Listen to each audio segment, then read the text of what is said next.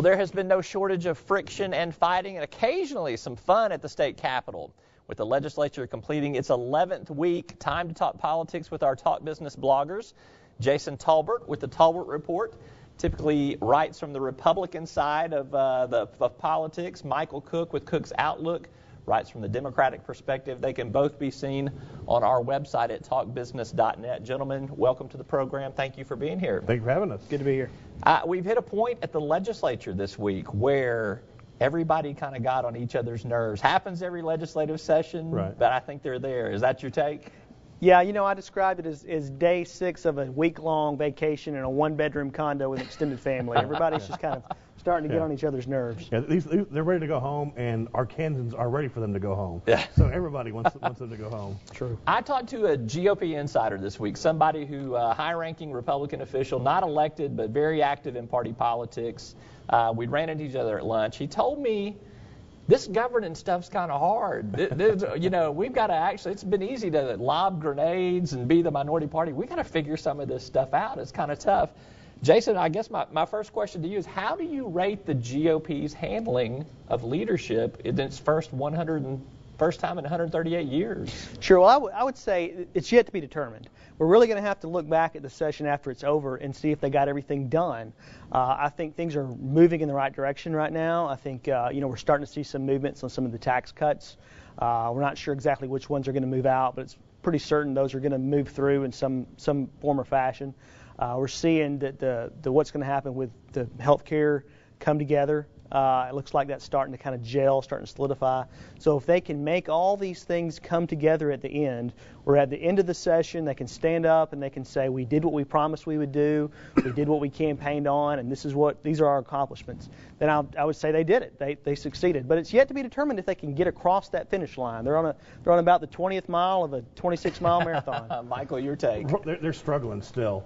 We spent the first 8 to 10 weeks of the session talking about guns and abortion, or abortion and guns, and now finally they're starting to talk about real things that matter in terms of tax cuts and creating jobs and the Medicaid expansion. What's also funny is that these Republicans, in a lot of ways, have to look to Democrats to run the government. Governor Beebe being a prime example, because he knows how to run both the legislative branch and the executive branch.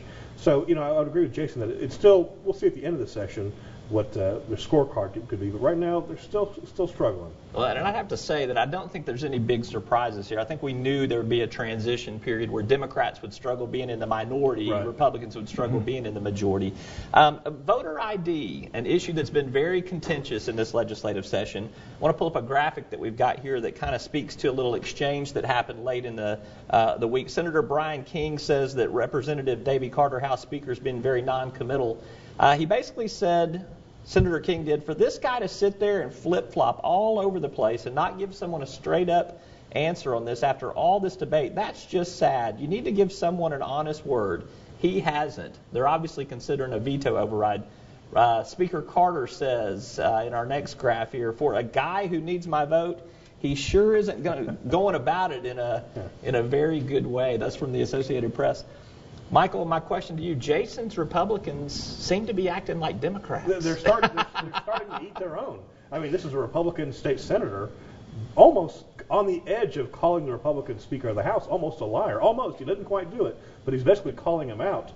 From talking to folks, it sounds like the reason why it wasn't brought up for the vote the other day was there was just too much on the agenda. That's what goes back to the example of they haven't quite figured out how to run government yet.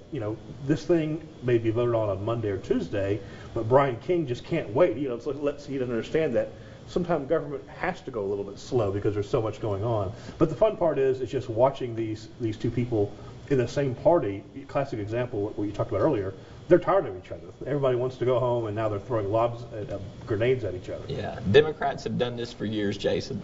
Sure, and I think what you saw there, Senator King obviously is very passionate about this issue. He pushed for it hard in the last session. He's come back in this session, and he really wants to see this thing pass, this veto overridden. Speaker Carter, I think he was being honest when he said they had a lot going on. And, I think there's still some people on the Democrat side that want to speak on this issue when it comes back up. Didn't feel like they got a chance to fully discuss it the first time around. And I think he wants to give it time to hash it out. All right. Brian King wasn't having it. He wants it done now. Exactly. Yeah, well, that vote will come up as first part of this next week. We'll see if Speaker Carter casts the 51st vote to push that thing back over. That'll be a big thing to watch. It'll take every one of the Republicans to get it there, so everybody has to make sure they don't get sick over lunch or, isn't in their chair and ready to go. Yeah, absolutely. All right, major development this week involving health insurance expansion. Obviously, the feds have given Arkansas permission to take their Medicaid expansion money, shift it into subsidizing these low-income health insurance plans that are going to come through the health insurance exchanges. We've got another graph I want to pull up here that speaks to where some Republican leadership was. Representative Bruce Westerman, the majority leader, tweets this on Thursday. Numbers are in. Private option, best health care scenario for Arkansas budget. Not so good for feds who caused problem in first place.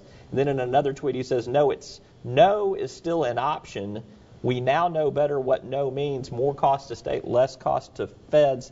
In essence, Representative Westerman, who resides with the Tea Party part of his caucus quite often, is giving a blessing to this private option that some members of the Tea Party caucus oppose. Does that help get this vote to the supermajority it's going to need for the appropriation to pass this health insurance expansion? Is it there? I think it's very close. The state legislatures I spoke with this week were kind of mixed on it. Some of them were predicting it would pass. Some of them predicting it may have to go to a special session before they get it really gels together to pass. But it's much closer than I think anyone would have estimated it to be at a month ago. And I wrote a column this week on the fact that what we're really seeing is Republicans and Democrats work together on actually coming up with a solution that works. And really, I think the folks in Washington, D.C. could take a tip from folks here in Arkansas that they're actually moving together to give a little bit here and give a little bit there and compromise and bring something that will work better for the state. So if they pull this off, if they're able to make these reforms and put these different things in place that will actually make the Medicaid system work more efficiently and actually get this thing passed with 75 votes, it will really be, I think, almost a miracle that they actually got it done. Democrats seem to be okay with it, although I don't think it's their first choice. It's not their first choice, but it's like a snowball rolling downhill. It gets bigger and bigger and more momentum. I think this is what we're seeing in this case as it pertains to the Medicaid private option. It's been shown that this is going to be cheaper for Arkansas. It's going to help these working poor Arkansans, and it sounds like a great deal all around. All we need is 75 votes, and there's some people who probably have to vote against it because no matter what, they're against any form of Obamacare. But once they start seeing that, the Chamber of Commerce, other folks coming on board saying this is the right thing to do, and it saves us money, how could you vote against it? All right, we got to take a commercial break. We're going to come back and talk about tax cuts and hopefully the Big River Steel project here. I'm Roby Brock. This is Michael Cook, Jason Tolbert. We're back right after the break.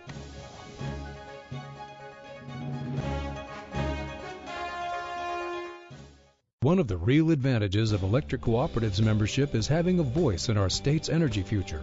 Not a week goes by without important energy issues making headlines.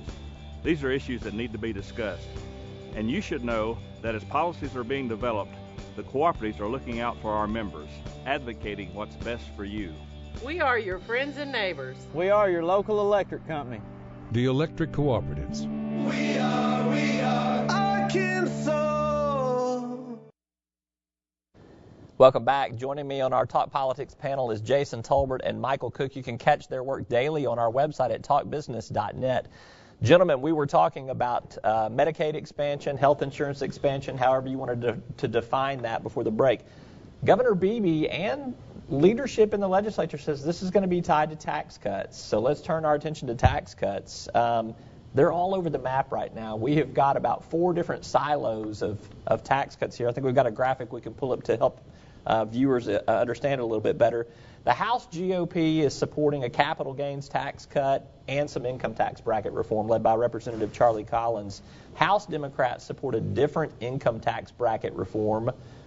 In the Senate, you've got the GOP and the Democrats almost unified on some targeted business and agriculture tax cuts. And then you still have Governor Beebe's triggered grocery tax proposal out there.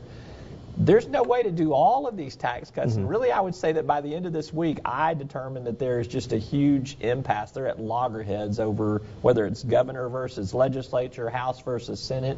Someone's going to have to lose. Who of that group I just mentioned has the best chance of losing their tax break?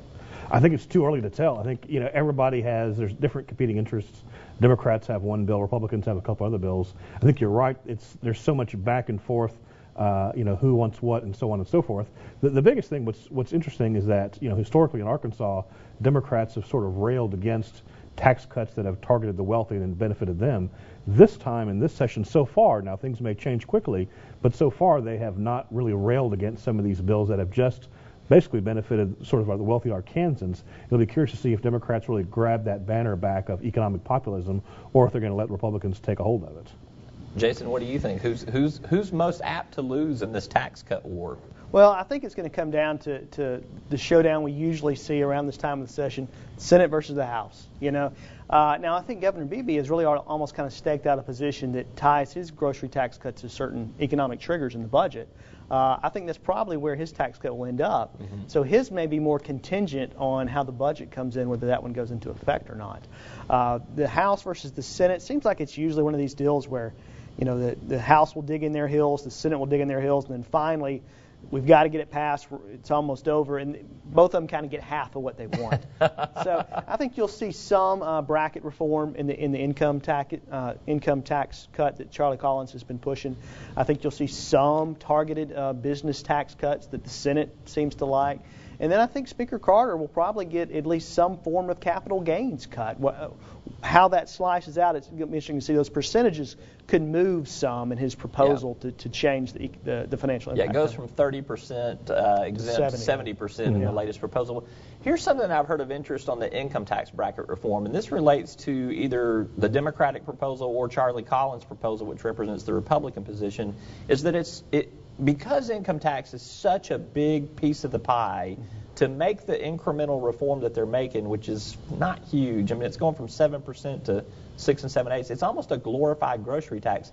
Taxpayers are not going to feel it. Does that potential exist out there? You pass income tax reform, and nobody knows that you passed income tax reform. Well, I wonder if it's one of those things where, in some ways, if we have our priorities a little bit off, and that you made a good point in terms of you give a tax cut but nobody notices.